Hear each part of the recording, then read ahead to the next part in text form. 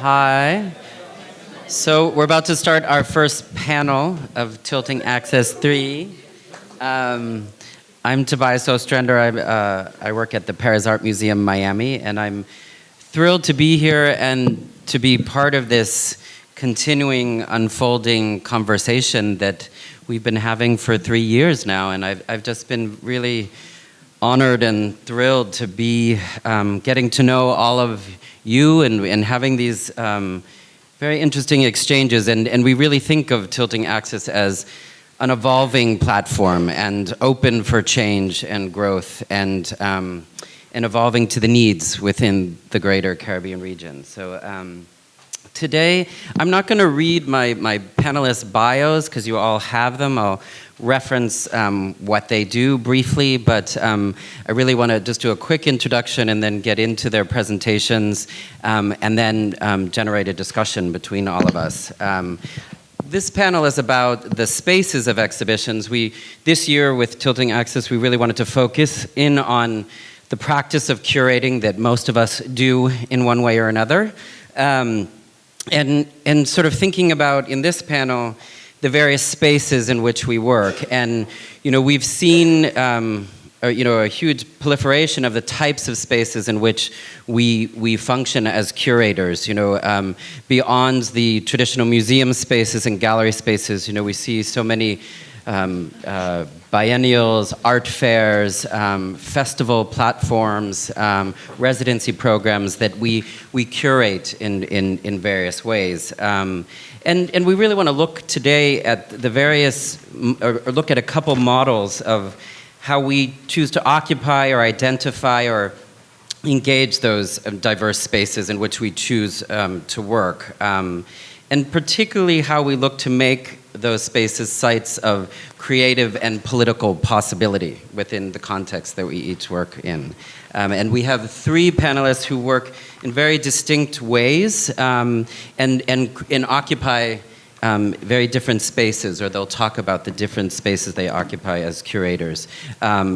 Beginning with thinking about Sean Leonard's work as one of the co-founders of Alice Yard, and specifically the Yard as a space, and its relationship to legacies or kind of working against with the notions of an alternative space, and we'll discuss later what that means. Or thinking about the space of the street and the processional in the work of Claire Taucons, and thinking about how her projects engage the legacy of processional practices and the street and the festival format as well. And then moving on to the biennial format, thinking about Unjiju's work in large-scale cultural festivals and how to engage that kind of scale in productive ways and kind of what those spaces offer in terms of possibilities.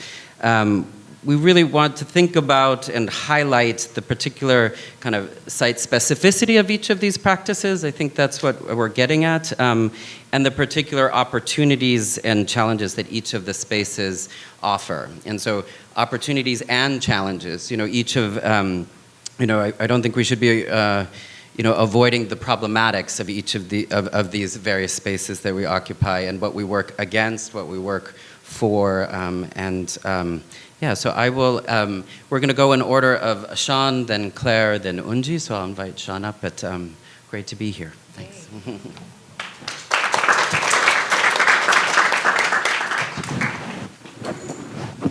Thank you, Tobias. I was going to thank Tilting Access for being here, but I kind of, after Franklin, I don't kind of appreciate sort of having to follow his wonderful presentation this morning. It's sort of very difficult, particularly since I'm sort of presenting as an architect. So this forum is a challenge for me in terms of articulating what I've experienced, but as a director of the space, but also how to talk about my relationship with artists in the space. Anyway, You know, Alice is a contemporary space. It's run by Christopher Cozier, my colleague, who's an artist, critic, and curator, and Nicholas Laughlin, who's a writer and an editor. Together, we have been in this process, which is fundamentally what Alice is, as much as they're very sort of site-specific qualities, for the last 10, 12 years. And I think it's important to recognize that really we approached this from day one as something that would be ongoing, an experiment, an exploration.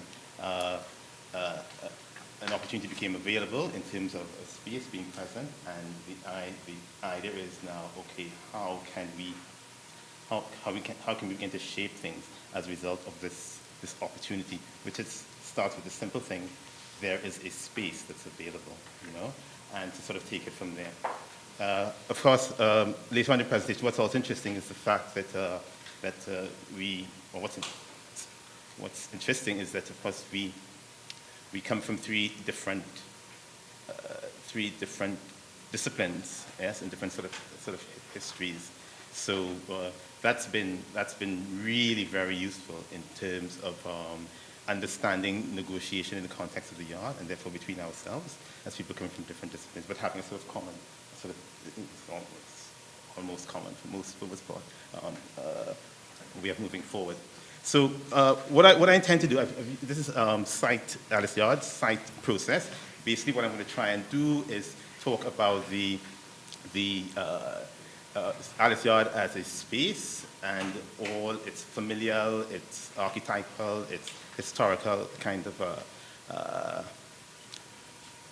worth, value, presence, and how that begins to work with what we have seen as Alice Yard as a process, and how the two things feed one to the other, which is something that certainly through events like this, I've kind of get the opportunity, because you're always inside, to maybe see how that how those things work. And as an architect, of course, I see it as an architectural proposition, as well as one that deals with art development. So let's just talk about the site. This is a sort of map of the Woodbrook area. The big green blob in the middle is actually the location of Alice Yard. And this is just to give you an idea of context and scale. And just so you understand, you know, where in sort of social and cultural environment in which Alice Yard exists. This map is actually just a mile wide and a mile, you know, top to bottom. So it's not a very big environment. But Woodbrook, which is sort of just down below there, is an area for this that was developed in 1911. What's interesting about it is that it was as part of an expansion drive. It probably is the only part of Fort Spain where a sort of comprehensive shaping by the state was engineered, so that facilities for public utilities and such as parks and health centers, and so those were actually planned in the development of the space. And this was created for working class people, because right across the road, right across this sort of diagonal road, actually the sites and the houses are far larger and grander. So this was really a sort of creating a working class community that needed to service the expansion of the city in a particular way. Fortunately, my family happened to be part of those that had the opportunity to occupy one of those spaces, and that happened in 1960. Yes, so we've been there for that long. So the red dots sort of indicate, and the green bobs, the squares sort of indicate the state's infrastructural. Am I okay? No, you're good. Yeah, infrastructural input in the shaping of the space, and then coming out of that access, what within that community then managed to be part of and an initiator of a sort of creative drive, so that yards space that you now had, I mean, the lots are really very small, they're about 5,000 square feet. Yards now provided the opportunity for other things to happen other than living, so that Woodbrook is just known for all kinds of creative spaces, like panyards, which are the blue dots that you see up going along the diagonal road in the map. And notice panyards, so that the idea of yard has a very kind of particular, special kind of resonance in the minds of people who would occupy, certainly urban Trinidad and Tobago. It's a very, very particular kind of a space. This was a movement, this sort of habitation was a movement from what would be much smaller environments and sometimes even barrack yard environments in sort of downtown Port of Spain into one that has a little more breathing space, a little more opportunity for doing other things, so that all kinds of other creative activities just began to kind of flourish and happen in this space, using it differently. So the sort of lilac and blue dots represent the blues of the panyas, and the lilac dots sort of represent what's happened now regarding art spaces in the environment, in and around Alice Yard. So that all those, so which follow the tradition of the way that that sort of part of Port of Spain was used. What's interesting, though, is that what's not on this map are the number of spaces that are actually used in mass production for the first couple of months of the year. If I were to indicate that on this map, it would be littered all over. So that there's a scale thing also. This is the larger panyards, but also, people are in their porches and living rooms at a particular moment, sort of making stuff. And that's been that's been very, very sort of particular to Woodbrook and its development. So I thought it's sort of like, it's just a continuation in a particular way of that way of occupying the space. And then, of course, what I've just done here is sort of indicated three images. Interestingly, all three images are taken, they're of the same space, taken relatively from the same direction. What's for me, and I suppose in a way, this would have some way transferred to my colleagues. It's a family space, and we have access. I now have access to it in a particular way. But it's always been used because of its location in Woodbrook for the family to come together. It was just more space. So weddings, parties, even the making of masks as carnival costumes. That was the location for that to happen in the context of my own family. And I've been fortunate enough to actually be part of that. I mean, I managed to, in the early 1990s, produce the costumes for what's called a traditional sailor mask, which, and that happened in that yard. And then, of course, in 2006, that's when the idea of Alice Yard, I began to say, okay, this space is available.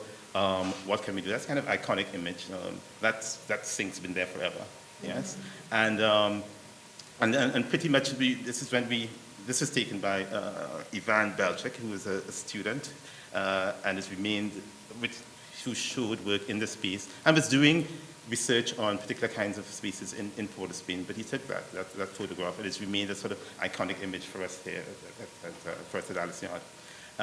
And then this gives you an idea of some of the interventions that we've made architecturally. So that it's pretty much, this wall and that wall is the same wall. So we began to through the instruction of artists, to a large part, kind of gauging what the requirements are and how they want to operate, so as to begin to mold the space into something that could probably service and support their interest in the way they want to show and work. So that's the kind of that's just an idea of from biological family to a kind of family of creatives and of individuals. And so for me, the gesture of sharing and making that possible was really part of how Alice Yard evolved. Unfortunately, I have two colleagues who decided who were willing to sort of jump on board with me, and of course it's also I just mentioned the idea of the concept of the yard and its significance. It's cultural, spatial resonance in the minds of people who occupy Port of Spain. It's really going from the barrack yard. They're about confined spaces. They're about having to having a sort of tenuous access to them. And it's very important with respect to those spaces is the need for negotiation. Lots of things have to happen at the same time because they're pretty confined. And so in the context of an art environment, I think certainly for me, seeing how one can, or how we are able to, as administrators, curators, and actually define the space, begin to facilitate or instigate negotiation, because so that it was always important that we had multiple activities happening, so that in the slide before that little box at the back is actually a band room, a rehearsal room where bands rehearse. So music, performance. The idea was that how can we begin to accommodate as many things that would require negotiation a particular way in the following the kind of ethic of yard spaces. Compression, that's also sort of very important. So this actually is Alice Yard, one of the kinds of events that happen. So just to give you a sense of the levels of compression and intimacy, and to some extent, when you see the slides, the varied ways in which one can then begin to use a very, very small space. And sort of move on now to, so that's basically looking at this spatial characteristics of Alice Yard. Then to just talking about the our process and how, with respect to nurturing art practice, always in my mind, of course, that softer thing was always more. It's always more important, and that was probably, how we dealt with those engagements and those relationships. Certainly, for me, was a way of, or giving me clues as an architect to inform how I approach other projects outside of the art. So that right now, I'm going to sort of pull out what I think are the key ways of operating that I think have informed the spatial development of the yard. So this is sort of Alice Yard as a process. It's always been a project. It's an experiment, and these experiments I think are linked to a series of what I've termed as investments. And of course, the first one is an investment in sharing. That's like the gesture of sharing. That's something that I think that's what started it, and I think this is giving us the opportunity to see, okay, so if something happens like that, maybe there are all these other things that could happen, because really it's 2,800 square feet is very, very small of space. 80% of which is also important with yards, is open to the sky, so that this is other dimension where creative practice, working space, exhibition space, open to the sky, rain, noise, all those other things, other people living on the site also. What's interesting to see how all of those things can begin to work, which is really part of the negotiation, and part of the negotiation which I felt that we sort of understood, and we did understand. The two images here, I've just selected those because one of in the acting of the acting out of sharing, one of the artists that Kristen Chen, we were having a conversation. He's quite active in the yard right now, doing all sorts of wonderful projects. And he said something. I said, you know what I find really, there's a kind of comfort that I get about Alice Yard. Just talking to the band to me, and it's linked to the fact that I can just open the gate off the pavement and walk in. And of course, Chris, Nicholas, and I will always, we've battled about should the gate be locked, should it not, so it ended with no, we are not, because it's so I call it sort of the open gate policy. So literally that black gate is just on the pavement, and people can just open, and you just walk in. And the idea of the tenuous route to the back, I mean, that's part of what that image is also needing to suggest. That's like really, really important. I think for me, it's also very architectural, the gesture opening, and the kind of symbolic and other kinds of resonance. It's something as sort of everyday, like that can have. And then for somebody to kind of articulate that sort of back to you is really sort of, we're thinking about. So there's the open gate policy, and then there was the policy of it not, it was important that the space was not open for rent. Occupation had to happen through the support of a project. And those projects can be, the project can be a conversation, sitting together, and it can actually be more physical, where we actually make kind of, spatial and object-related interventions. And what's wonderful about that is, certainly for me, is the ease with which spatial transformations can happen. So, of course, this is the same space, and this has happened through us creating and accommodating a certain exhibition and a certain experience, spatial experience as part of the exhibition.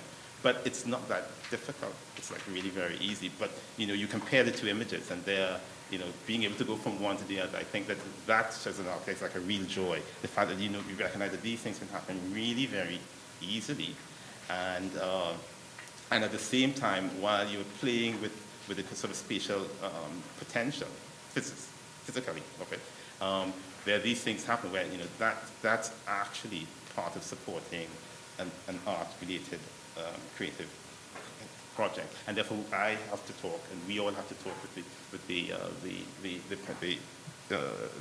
artist or the practitioner particularly. So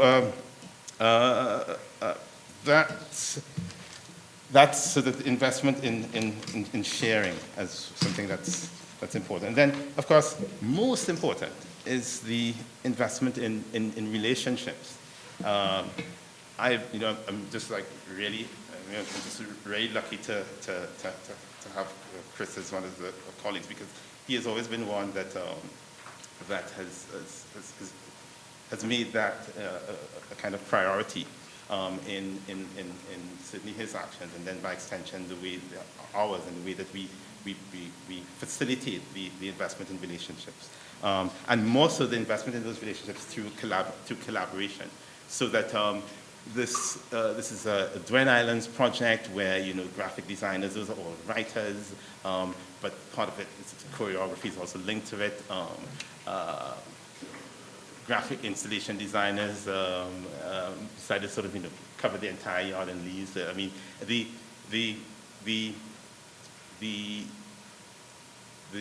need and the value, so most of the value and the fun in sort of saying, okay, this is a project.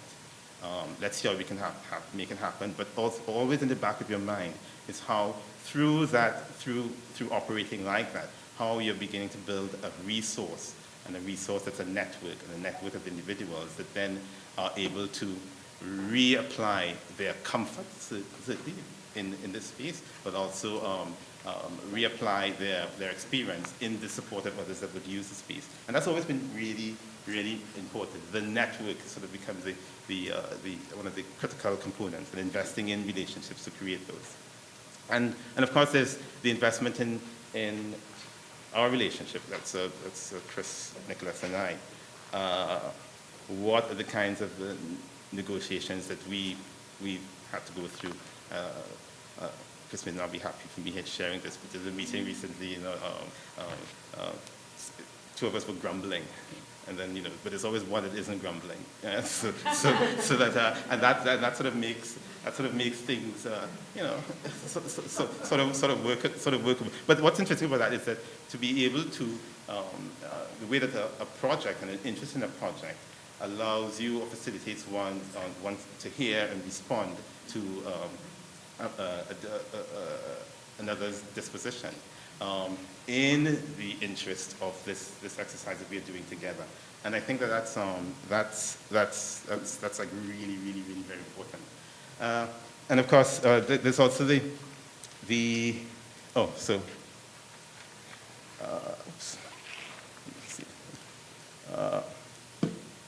I just needed to, and of course there is the investment in creating not only relationships not only relationships artists to artists, but actually setting up situations where they've got to collaborate. This is one of our projects. This has become an extension of Alice Yard, which is in another part of working class Port of Spain. It's all internal, which is Grandison Lab, which I thought would be the best example as a physical structure that's sort of responding to our desire to, and our ability, I suppose, to some extent, to set up situations where you're almost instigating, the way that people sort of working and meeting and sort of trying. So that's basically it's an open space where we've let people meet, and there are lots of joint projects that have sort of happened there, and they, unlike Alice Yard, there are actually artists that are working there all the time, and they can shift from one side to the other. And these are some of the projects that would have happened in that environment. And that's, talking about our relationship. That's maybe one of the happier moments, the less grumbly moments. So we sort of move on. Nobody was drunk. not then.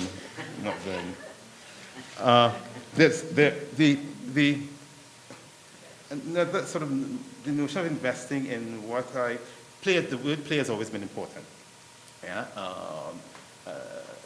Nicholas will always say that when it stops being fun, maybe we've got to kind of rethink how we deal with it. And looking at investment in what I could best term as there's a kind of open-endedness that's linked to play, and we've literally tried to be not only the conversations that you have with people, but also how the way that you input in projects, that recognizing a feeling of wanting to communicate that really it's about the experience there. We just let it flow, and let's just see how it happens. We have this space, or these spaces that are available. We are here, and let's just see how this thing could happen. And of course, and it's important for us to be having fun along the way. So this is the same Kristen Chen, the artist that I mentioned before. This is one of his 2 print projects, basically, inviting graphic motifs, graphic design motifs, which he's planted on one of the walls of Alice Yard. So the 3 images, 1, 2, 3. But the one top right, what's interesting is that it's now expanded to the Grandison Lab. His project is now, and it's now color, and now on on the face of the building, and God alone knows where it's going to go from there. But and none of this, of course, we imagined. I mean, that wall has been there forever. Yes. So that comes with this idea. There's this wall, a wall. That's all it is. And then the project just mushrooms into a whole other thing at a completely kind of different scale. And some of these motifs and images and graphics they're actually from artists from all over the world. So there's another kind of network and collaboration happening through a simple gesture of putting something on a wall and allowing that to kind of go to move on. And just looking at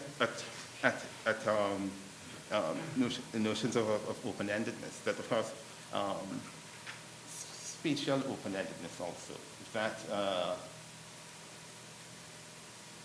yes, there is the yard, but there's also through projects there's also through that culture the ability to occupy spaces in and around, which is the street here, linked to the comfort with